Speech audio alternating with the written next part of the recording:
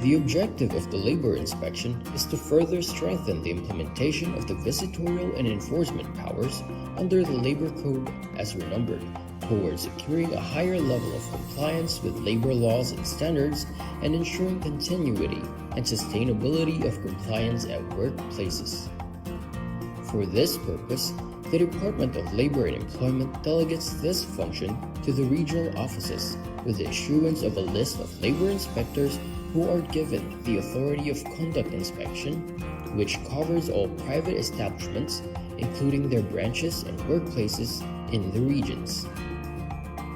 The regional offices, through the labor inspectors, enforce labor laws and social legislation through the conduct of routine inspection, complaint inspection, and occupational safety and health investigation.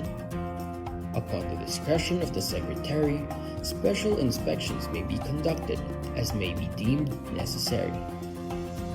With the provision for mobile devices and gadgets, the DOLE developed an inspection management information system. An important feature of the system is data capture and transmittal from the field in real time, as an electronic checklist is filled up through the use of mobile devices and gadgets. Data are instantly available for viewing and processing to generate reports, statistics, and summons, including real-time monitoring of decent work indicators based on the country's decent work profile.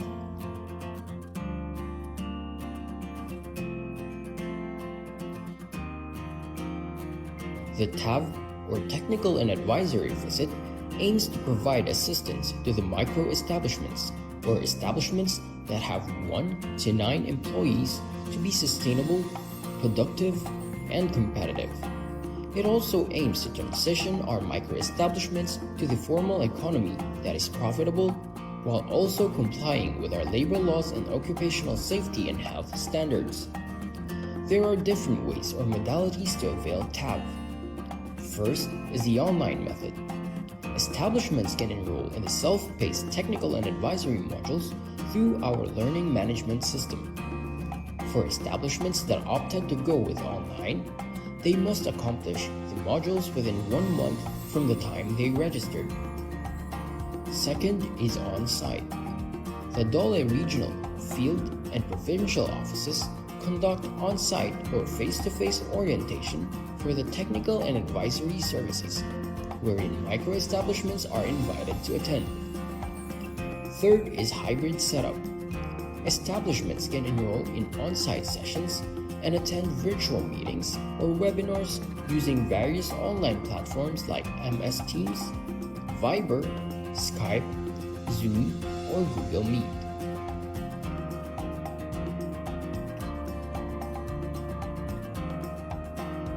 The Establishment Report System was created to streamline the documents and reports required from establishments in the private sector. Several administrative requirements will be submitted through this site as a central platform. Through this system, employers no longer need to physically submit establishment reports to DOLE, since reportorial requirements can be completed remotely through the ERS. There are various types of report that can be submitted through the establishment report system.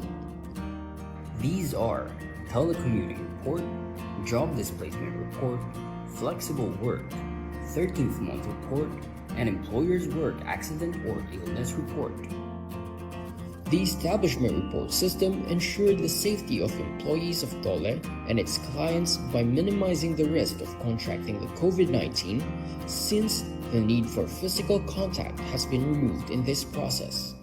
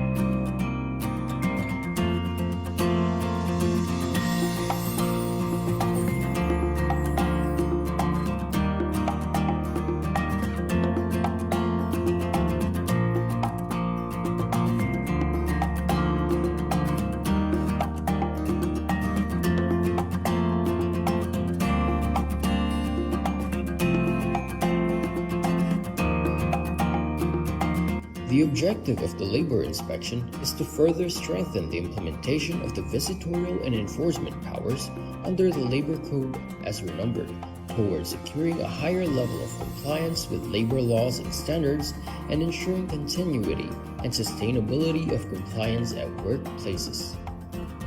For this purpose, the Department of Labor and Employment delegates this function to the regional offices with the issuance of a list of labor inspectors who are given the authority of conduct inspection, which covers all private establishments, including their branches and workplaces in the regions.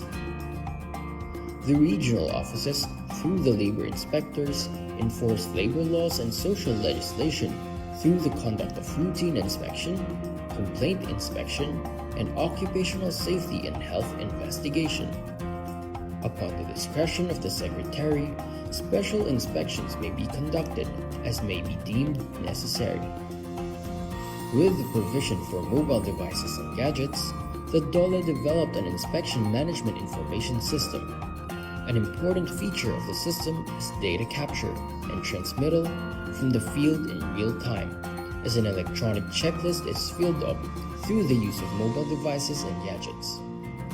Data are instantly available for viewing and processing to generate reports, statistics, and summons, including real-time monitoring of decent work indicators based on the country's decent work profile.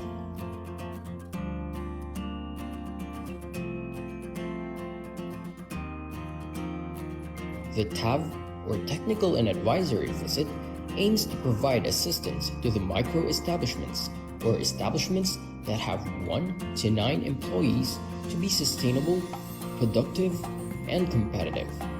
It also aims to transition our micro-establishments to the formal economy that is profitable, while also complying with our labor laws and occupational safety and health standards. There are different ways or modalities to avail TAV. First is the online method. Establishments can enroll in the self-paced technical and advisory modules through our learning management system. For establishments that opted to go with online, they must accomplish the modules within 1 month from the time they registered. Second is on-site.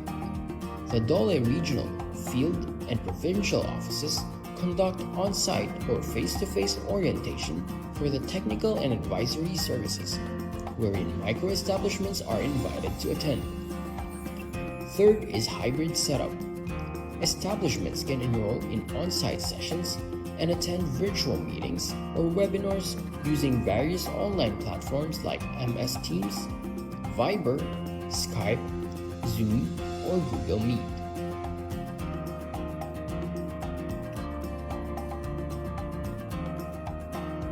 The establishment report system was created to streamline the documents and reports required from establishments in the private sector. Several administrative requirements will be submitted through this site as a central platform. Through this system, employers no longer need to physically submit establishment reports to DOLE since reportorial requirements can be completed remotely through the ERS. There are various types of report that can be submitted through the establishment report system. These are telecommuting report, job displacement report, flexible work, 13th month report, and employer's work accident or illness report. The establishment report system ensured the safety of employees of DOLE and its clients by minimizing the risk of contracting the COVID-19 since the need for physical contact has been removed in this process.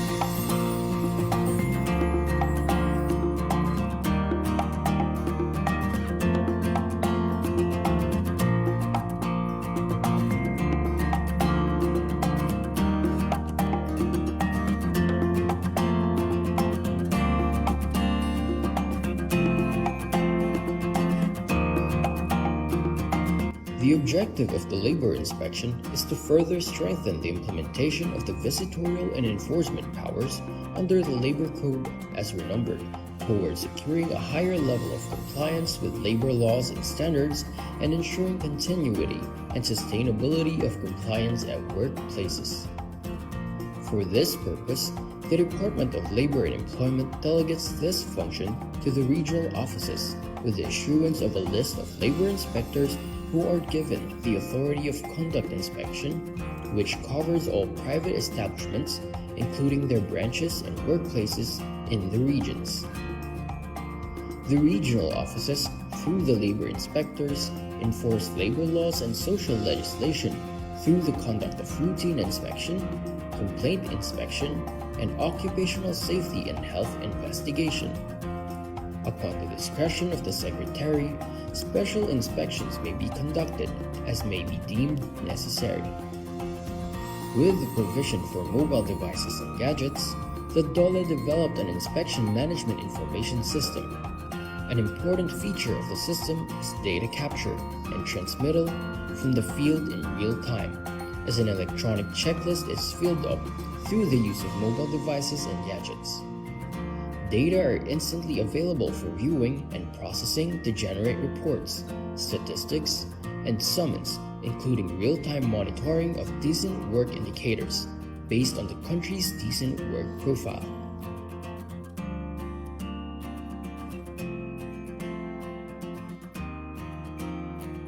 The TAV, or Technical and Advisory Visit, aims to provide assistance to the micro-establishments, or establishments that have 1 to 9 employees, to be sustainable, productive, and competitive. It also aims to transition our micro-establishments to the formal economy that is profitable, while also complying with our labor laws and occupational safety and health standards. There are different ways or modalities to avail TAV. First is the online method. Establishments can enroll in the self-paced technical and advisory modules through our learning management system. For establishments that opted to go with online, they must accomplish the modules within 1 month from the time they registered. Second is on-site.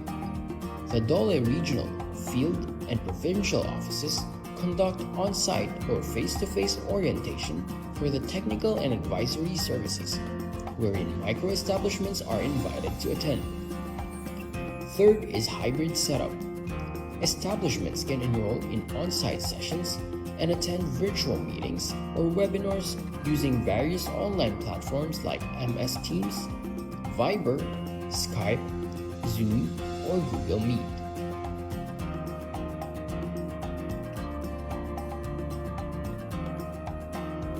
The establishment report system was created to streamline the documents and reports required from establishments in the private sector.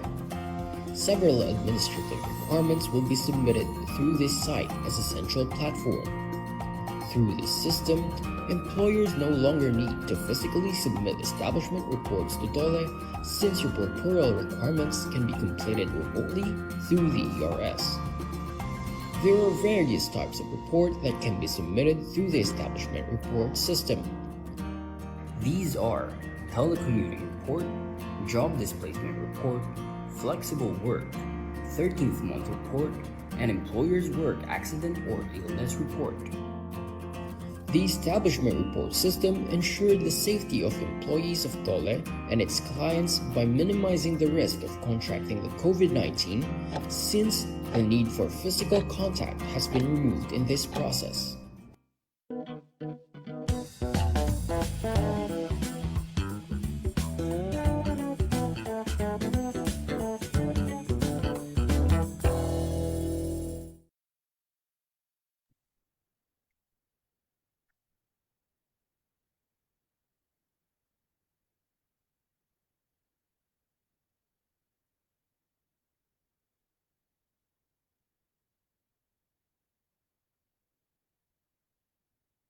Pagbati ng magandang hapon sa lahat ng ating manonood mula sa DOLE Bureau of Working Conditions.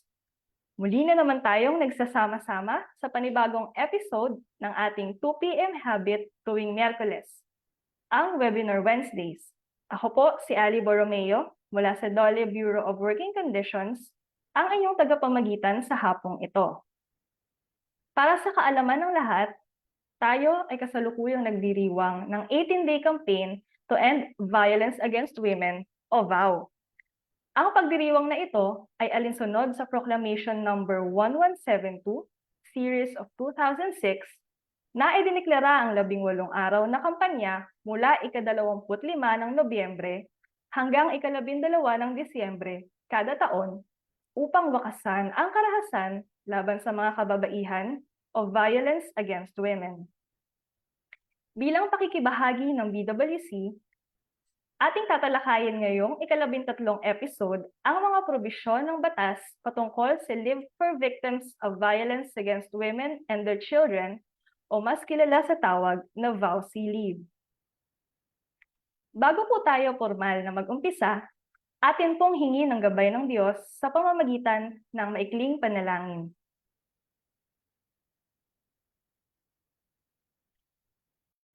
Let us bow our head and put ourselves in the holiness of God the Father, the Son, and the Holy Spirit. Dear Almighty and ever-loving God, we glorify and thank your name. You have showered us with so much blessings, and your presence continuously remind us of your faithfulness and guidance. May we humbly ask you to shower our speaker today of your greatest inspiration, so that he may share the most of his knowledge, his field of expertise, and to his respective topics. May we also absorb the invaluable knowledge, experiences, and put it into practice that we may learn today. Your infinite blessing would mean the success of this webinar. May we be a living witnesses of your genuine love through the enactment of the knowledge acquired through this activity. We ask this in the name of your Jesus Christ, our Lord and Savior. Amen.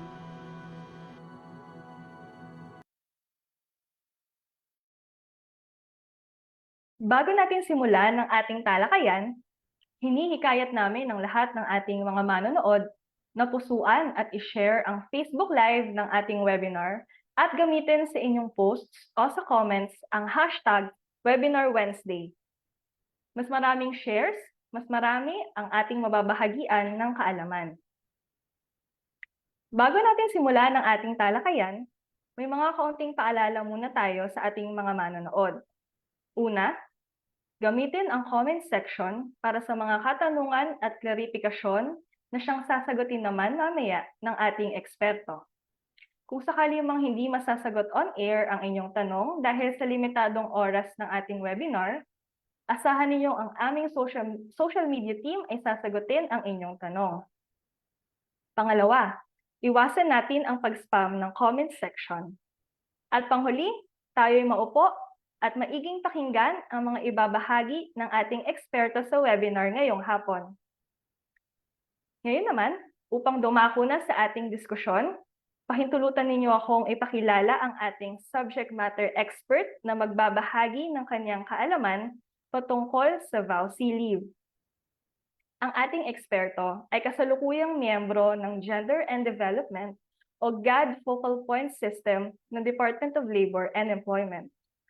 Kami po sa BWC ay lubos na nasisiyahan sa kanyang pagpapaunlak sa aming imbitasyon ngayong hapon sa kabila ng kanyang abalang schedule.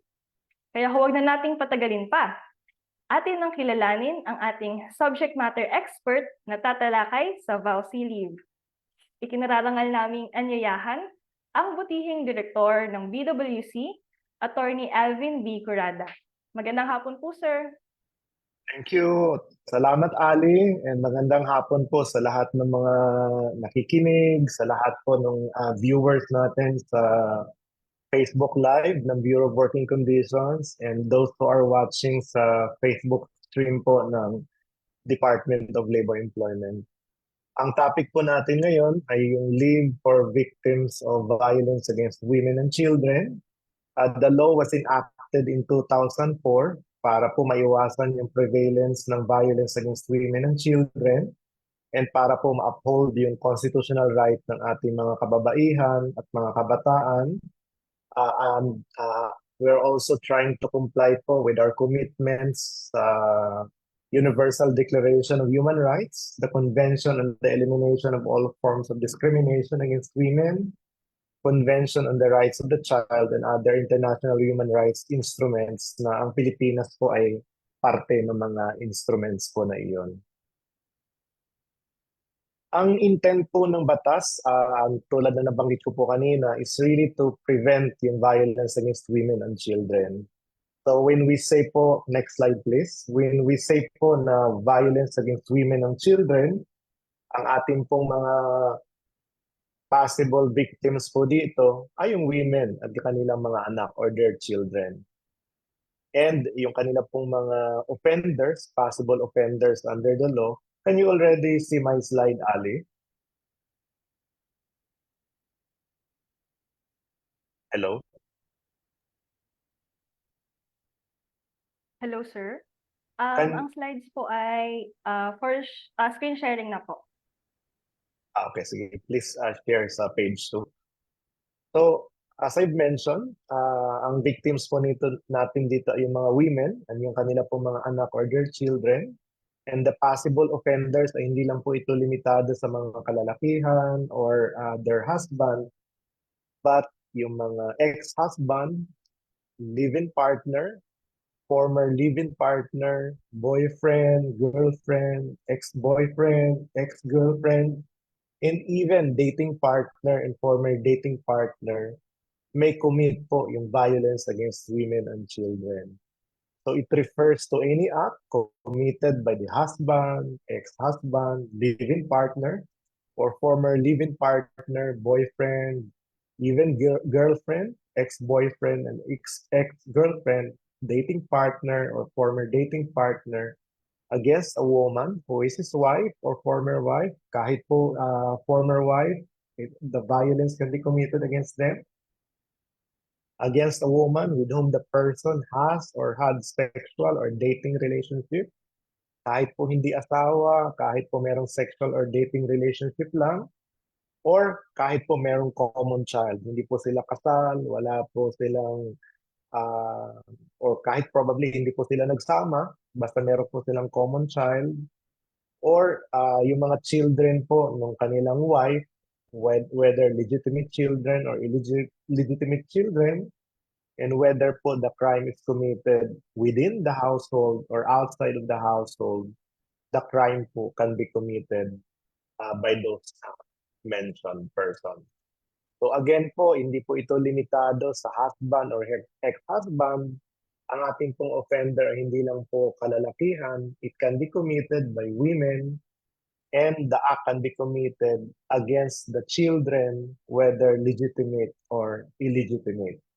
And it can also be committed within the household, within the family abode, or outside po the household. So ganun po kalawak yung batas po na ito para po maprotektahan talaga yung ating mga kababaihan at yung mga anak po nila or their children. Next slide, please. Yung po mga victims ng violence against women and children can avail po of 10 days na leave, benefits, paid leave.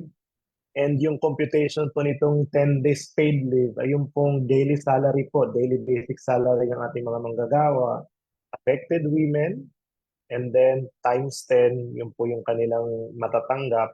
Or kung nag-leave po sila, kahit lumiban po sila sa trabaho, matatanggap pa rin po nila yung sahod po nila.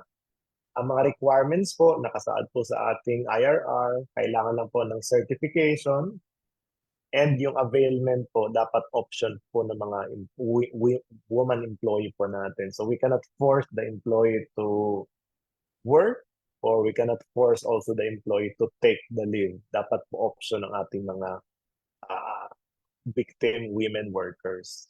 Ang isa pa po dito sa naaspeto sa leave sa mga victims po for violence against women and children, yung mga affected po ng mga women workers po natin, is that they can also po seek protection, medical, and other support from other government agencies.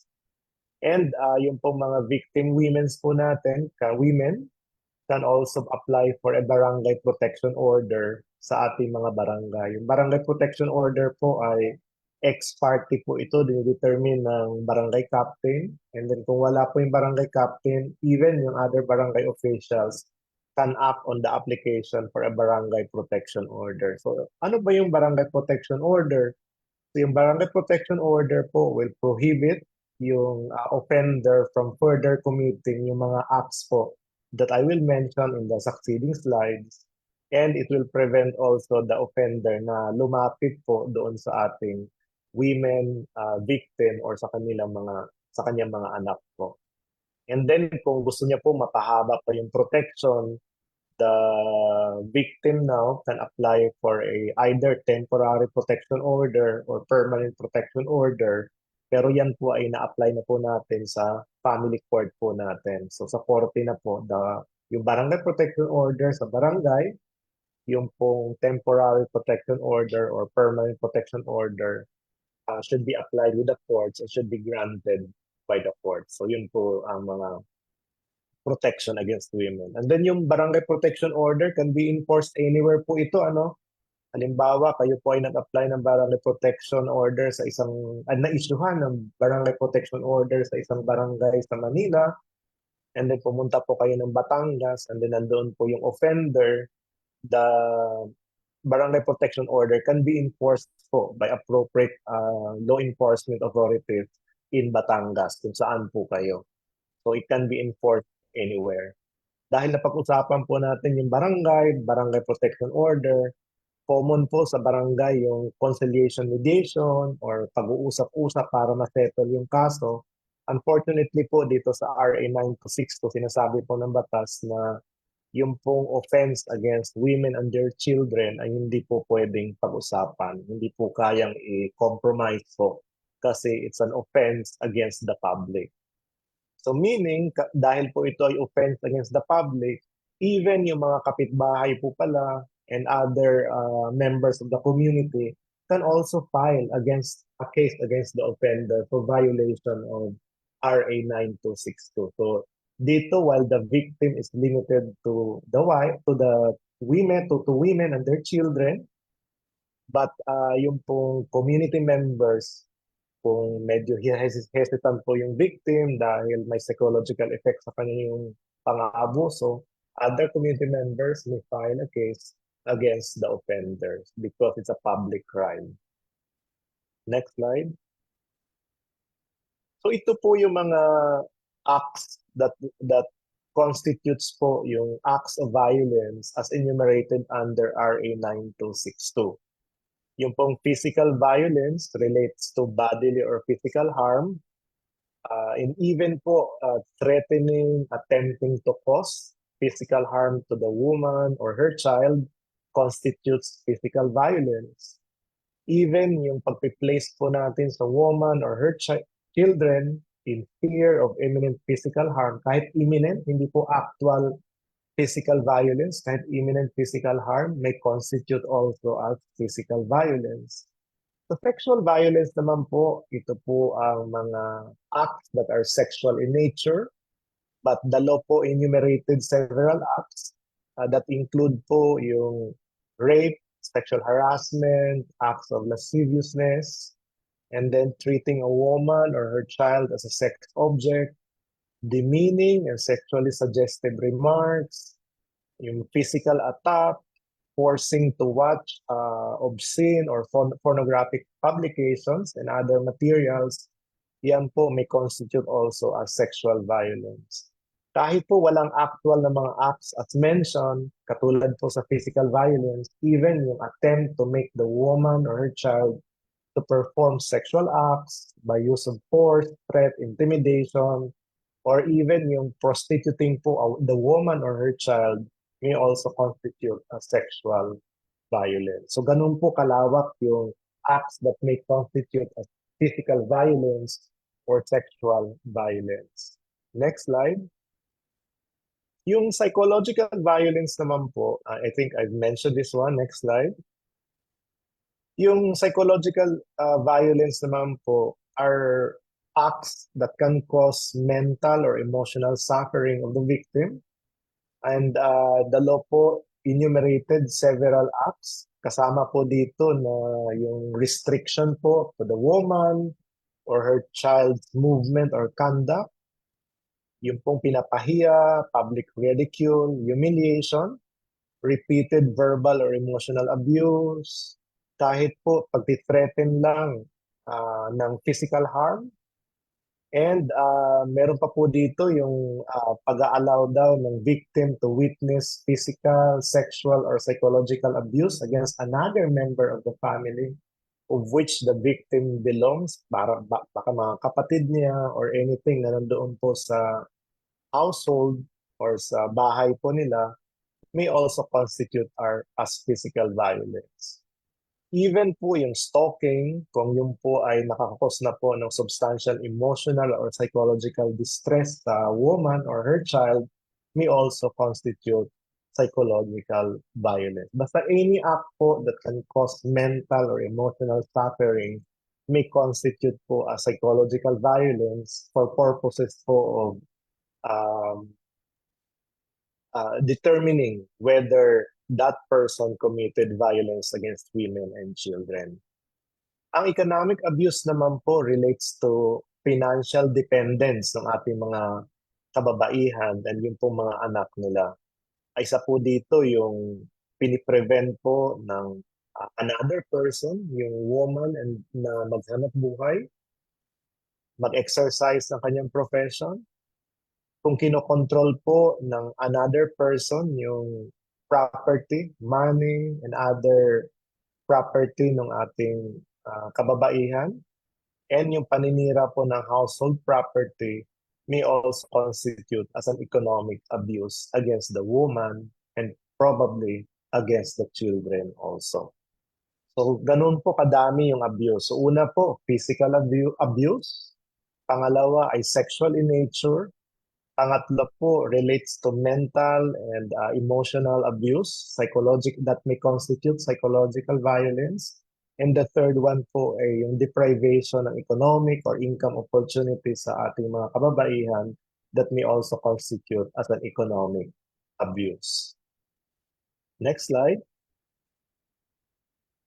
So, dahil nabanggit po yung 10 days po na leave natin, marami po nagtatanong, paano po pag malakas naman daw yung ating mga woman employee, kaya naman yung magtrabaho despite abuse, pwede bang i-monetize na lang? Hindi po ito convertible to cash and hindi rin po ito nako-commute, meaning hindi po ito nagpapatong-patong. If you suffered or you you suffered po an abuse in 2022 and you became a victim of abuse in 2023, you cannot claim po a 20-day leave. Dapat po 10 lang for each act committed against that person, as enumerated po previously, either physical, sexual, psychological, or economic violence. So yun po yung malinaw, hindi po convertible. Next slide.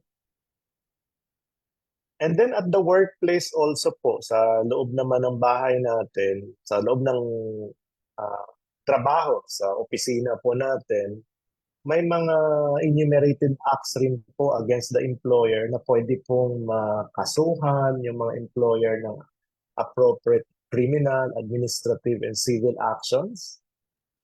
Kung ito po ay nag-apply po yung victim ng leave under the benefits provided under RA 9262, but the employer po refused to grant that leave, pwede po siya maging liable.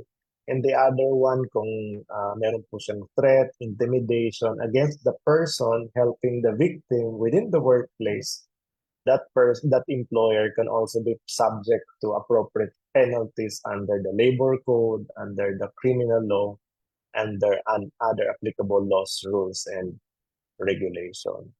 So dahil ito ay ang intention ng batas ay to protect women and children, marami rin po nagtatanong paano naman daw po yung mga men, mga kalalakihan na suffered abuses from women. May mga ganun pong anecdote, and minsan it's a joke na sometimes atin dinideliver in public among co-workers, pero may mga ganun din po daw na nangyayari in actual sa mga bahay po natin. Unfortunately, hindi po protected ang ating mga kalalakihan under RA 9262, but yung pong mga kalalakihan na biktima ng violence can file a separate action appropriate for violation of appropriate provision ng ating revised penal code. So ganun po ang ating dynamics po dito ng victim. So ito ay women and little children. Men may also become victim of violence, pero ang kanila pong remedy ay to file appropriate action for violation of the relevant provision of the revised penal code. So next slide. Ayan, yan na lang po pala. Maikli lang po itong batas po na ito, pero very po pronounced and very po significant ang kanyang impact sa mga kababaihan po natin at sa mga and their children also. So kung hindi naman po kailangan mag-file agad ng kaso, kasi po ang ating prescriptive period po for most offenses under the law, ang prescriptive period po ay umaabot ng 15 to 20 years. And then, kung tuloy-tuloy po yung pang-aabuso, the victim can file a permanent protection order by the court. So, may mga katanungan din po kasi nag-file ka ng protection order. So, paano yung mga anak mo? So, entitled pa rin po yung mga anak ng support from the offender, kung yan po ay husband na merong responsibility under the family law to provide support to the children. So, nandyan rin po, hindi naman po nawala yan. And then, nabanggit ko na po kanina na any person can commit the offense, hindi lang po husband. And then, I think that's all. That's the key points po of the law. We will appreciate po if you have further clarifications that of areas that were not covered under the presentation. Yan, maraming salamat, Director Curada, sa inyong komprehensibong pagtalakay ng usapin patungkol sa VAUSI leave. Paniguradong ang ating mga manonood ay mas naliwanagan sa paksang ito.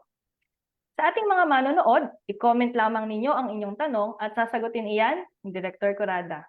Ngunit bago tayo dumako sa susunod na parte, may mga nagtatanong kung may ibang link ba na pwedeng mapanooran ng ating Webinar Wednesdays. para doon sa mga opisinang bawal ang magbukas ng Facebook tuwing working hours. So, ang magandang balita namin, dahil ang live episodes ay laging nakapost sa Facebook page ng Bureau of Working Conditions.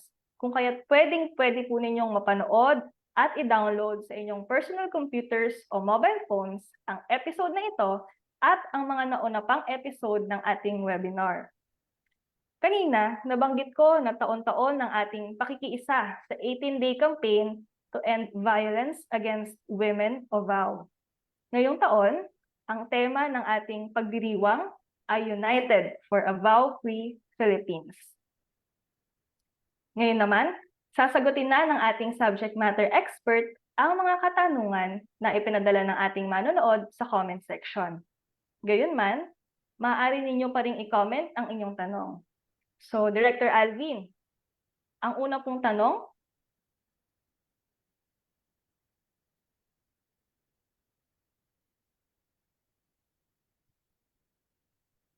my boyfriend and I had a common child, but he does not give us any financial support. Can I file a case against him for VOWC? Yes, the woman po na meron kang my boyfriend and I had a common child but he does not give us any financial support. Yes, the answer is yes. And the act of the boyfriend may constitute as an economic abuse for deprivation of financial support to the child. Under po sa ating family law, under the civil law, under the chapter on family, obligasyon po hindi lang ng asawa but the father of the child has an obligation to support minor children po, financial support and other support. Ayun. Ang susunod naman po nating katanungan, paano ang ibang victim employees na may partner na lesbian? Can those victim employees avail of the VOWC leave? So ang tanong po yata na ito ay director ay about sa kadalasan po kasi lalaki lamang against men ang pag-file ng VOWC. Nabanggit ko kanina na ang ginagamit nga ng batas as early as 2004 ay gender neutral niya. Ginamit niya ay with whom the person has or had a sexual or dating relationship. So, meaning, blind po ang ating batas ng against the sex po ng ating offender. So in that sense, a lesbian partner may commit the violence enumerated po under the law, either physical, sexual, mental, psychological, and economic abuse po. Para sa ating ikatlong katanungan, after ma-exhaust ang 10-day leave, pwede pa ba mag-avail ng karagdagang VOWC leave kung kinakailangan, tulad ng kung patuloy pa din ang pagdinig sa kaso? Kung tuloy-tuloy po na may kaso after ng expiry ng barangay protection order and the woman victim po intends to pursue a criminal case, may kaakibat po kasi ng filing ng criminal case dito sa Violence Against Women and Children or RA 9262 is also the prayer for the issuance ng temporary protection order. Ito po ay 30 days and then kailangan lang po mag-file ng action for issuance of a permanent protection order. So tuloy-tuloy po yung protection. But the leave po ay limited lang to 10 days. However po, kung merong company policies or provisions, the collective bargaining agreement that provides other leave benefits, pwede po magamit ng ating mga victim woman or victim woman worker. And even kung hindi pa nila nagamit tali yung service incentive leave nila na 5 days, pwedeng idagdag sa 10 para magiging 15. But ano po ito, 10 days lang po ang leave na pinoprovide ng batas po natin. Malinaw ang eksplanasyon ni Director Curada. Baka tanungin nila Ali, ang sunod na kapatid na tanong nito na hindi nila naitanong ay, naging victim ka in January, nag-file ka ng barangay protection order, so nag-file ka rin ng leave para maasikaso yung anak mo as well as appropriate action. And then in November, you found a new partner, you found a new relationship, and naging biktima ka uli. Can you avail of another leave benefits under RA 9262? The answer is yes po. Hindi po ito katulad ng leave benefits sa labor code na naka-fix annually. Pwede po ito ma-avail multiple times a year kung ang violence po committed against the woman and her children are also committed several times in a year. Maraming salamat po sa karagdagang eksplanasyon, sir. Para sa ating pang-apat na katanungan, maaari bang i-convert ang 10 days leave sa cash kung hindi magagamit ng empleyado? Opo, ang intention po ng bata, alam niyo po yung bata, sinasabi po niya, hindi pwedeng i-convert to cash at hindi po pwedeng nakukommute. Ibig sabihin, patong-patong ang leave benefits mo. Alam niyo po kung bakit? Gusto po talaga ng batas na mag-leave po yung mga victims ng violence, yung either physical, psychological, para po makapagpahinga at maprotektahan din naman yung mga sarili nila. That's the intention of the law. It's not the intention of the law po na i-shorten to 5 and then yung 5 na lang i-commute. Pinagpapahinga po talaga yung mga victims ng 10 days. Kaya wala pong commutation. Malinaw po ang naging sagot ni Director Corrada. Susunod po. Can a male employee apply for VAUSI leave who filed a case against the abusive mother on behalf of their child? Mhm. Meron po itong, I was informed na meron po itong 2022 or 2023 case na promulgate po ang Supreme Court. Sinasabi dito na yung male employee na ito po ay husband ng abusive mother sa kanyang anak was able po to file a case for violation of RA 9262. So ang kaso po na ito is that may mag-asawa. Unfortunately po sa kaso po na ito, yung ina po ng anak ang nag-commit ng acts of violence against sa anak po nila. So the Supreme Court ruled in favor of the male employee na meron siyang legal standing to file and to file as well as to avail of leave benefits para uli pupunta ka sa intent ng batas para maprotektahan yung ating mga kabataan, the victim children. So dahil ito ay mga anak din niya, so the male employee was able to avail of the leave benefits provided under RA 9262. Okay. So malinaw po ang naging paliwanag ni Director Alvin. Sa mga susunod pong katanungan, what if the company refuses to grant their application for VAUSI leave or imposes additional requirements? Ako, very clear po yung ating batas na dapat po whenever a victim woman employee applies for a leave at nag-submit naman po ng certification and other supporting documents, hindi po tayo pwede magdagdag ng additional benefits not indicated, not enumerated in the law. Dapat yun lang po yung minimum requirements because again, babalik ka sa intention ng batas. Dapat po ma-facilitate yung processing ng leave benefits kasi kailangan po ng victim woman employee yung pahinga and time para maasikaso yung kanyang anak, maasikaso yung kanyang pamilya, and makapag-file ng appropriate action against the offender. And pag hindi po ito binigay, meron pong sanction, depende po sa kung ano po yung ginawa, may constitute any of the acts provided under the Labor Code and other applicable laws, rules, and regulations.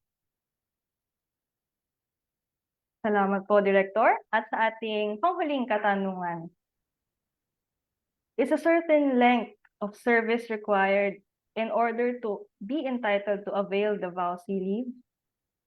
Katulad ng ibang leave, baka na itanong nito nila Ali kasi sa ibang leave benefits, meron tayong 1 year, at least 1 month. Dito po sa leave po provided under RA 9262, wala pong service requirement. Ang kailangan lang po dito, ikaw ay empleyado and you become victim po ng any of the enumerated violence, sexual, psychological, physical, and economic. And then pwede po kayo mag-file ng leave under RA 9262 sa mga employer po ninyo for 10 days. So, marami pa pong mga katanungan, Director, pero dahil limitado lamang ang ating oras, sa comment section na lang po natin sasagutin ang ibang questions ng ating manonood.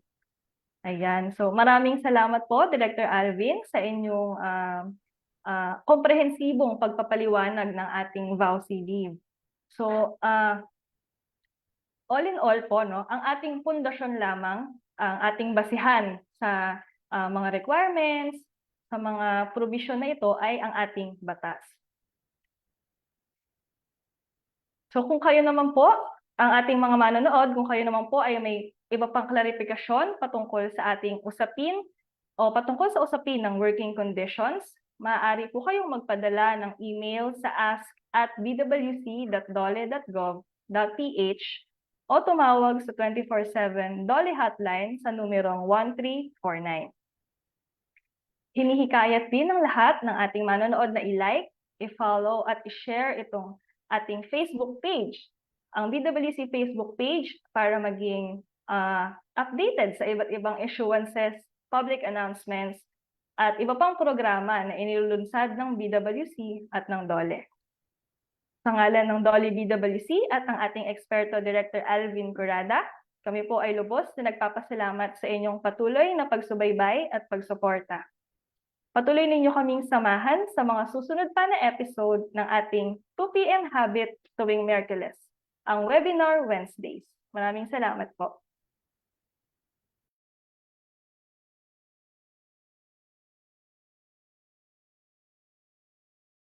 Para sa katanungan at karagdagang impormasyon, maaari po tayong tumawag sa DOLE Hotline 1349 o sumangguni sa mga DOLE Regional o Field Office na nakakasakop sa inyong lugar paggawa.